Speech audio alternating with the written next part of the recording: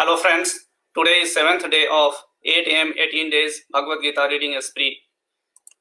Today I am going to read chapter 7, which is called Gyan Vigyan Yog. It is also called Yog through the realization of divine knowledge. This chapter begins by describing the material and spiritual dimensions of God's energies. Sri Krishna explains that all these have emanated from Him and they rest in Him as beads strung on a thread. He is the source of the entire creation, and into him it again dissolves. His material energy, Maya, is very difficult to overcome, but those who surrender to him receive his grace and cross over it easily. Sri Krishna describes the four kinds of people who do not surrender to him, and the four kinds of people who engage in his devotion. Amongst his devotees, he considers the most dear those who worship him in knowledge. With mind and body, intellect merged into him, some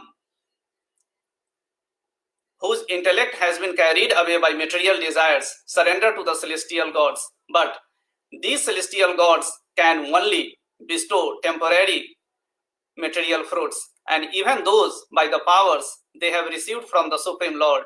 Thus, the most worthy object of devotion is God himself.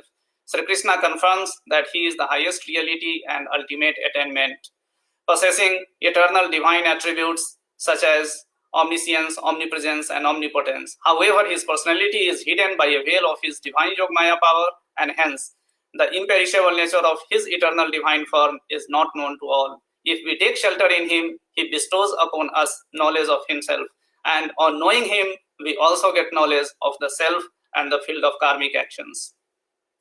So that was the summary of chapter 7. Now we're starting from verse number 1, chapter 7.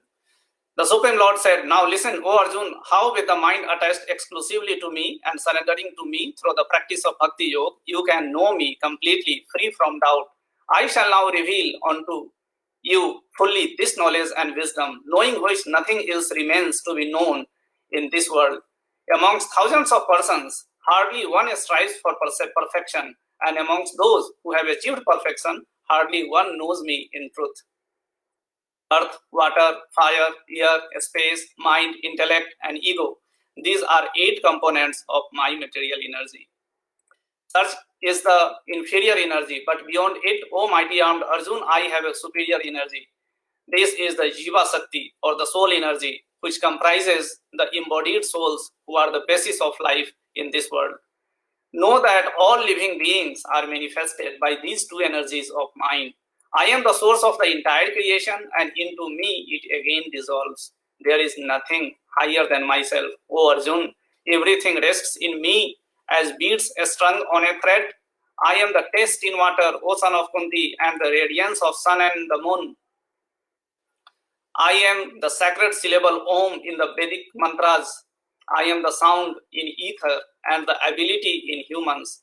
I am the pure fragrance of earth and the brilliance in fire. I am the life force in all beings and the penance of the ascetics. O Arjun, know that I am the eternal seed of all beings. I am the intellect of the intelligent and the splendor of the glorious. O best of Bharats, in a strong person, I am their strength, devoid of desire and passion. I am sexual activity not conflicting with virtue or scriptural injunctions. The 3 states of material existence, goodness, passion, and ignorance, are manifested by my energy. They are in me, but I am beyond them. Deluded by 3 modes of Maya, the people in this world are unable to know me, the imperishable and eternal. My divine energy, Maya, consisting of 3 modes of nature, is very difficult to overcome, but those who surrender unto me cross over it easily. 4 kinds of people who do not surrender unto me: those ignorant of knowledge, those who lazily follow their lower nature, though capable of knowing me, those with deluded intellect, and those with the demoniac nature. O best amongst the Bharats, 4 kinds of pious people engage in my devotion: the distressed, the seekers after knowledge, the seekers of worldly possessions, and those who are situated in knowledge. Amongst these, I consider them to be the highest, who worship me with knowledge and are steadfastly and exclusively devoted to me. I am very dear to them and they are dear to me. Indeed, all those who are devoted to me are indeed noble, but those in knowledge who are of a steadfast mind, whose intellect is merged in me, and who have made me alone as their supreme goal, I consider as my very self. After many births of a spiritual practice, one who is endowed with knowledge surrenders unto me, knowing me to be all that is. Such a great soul is indeed very rare. Those whose knowledge has been carried away by material desires surrender to the celestial gods. Following their own nature, they worship the devatas, practicing rituals meant to propitiate these celestial personalities. Whatever celestial form a devotee seeks to worship with faith, I study the faith of such a devotee in that form.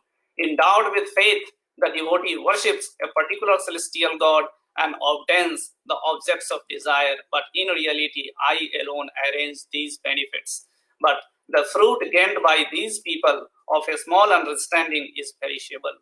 Those who worship the celestial gods go to the celestial abodes, while my devotee come to me. The less intelligent think that I, the Supreme Lord Sri Krishna, was formless earlier and have now assumed this personality. They do not understand the imperishable, exalted nature of my personal form. I am not manifest to everyone, being wheeled by my divine Yog Maya energy. Hence, those people without knowledge do not know that I am without birth and changeless.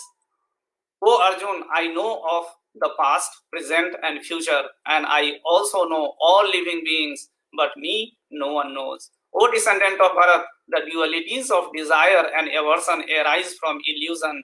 O conqueror of enemies, all living beings in the material realm are from birth deluded by this, but persons whose sins have been destroyed by engaging in pious activities become free from the illusion of dualities. Such persons worship me with determination.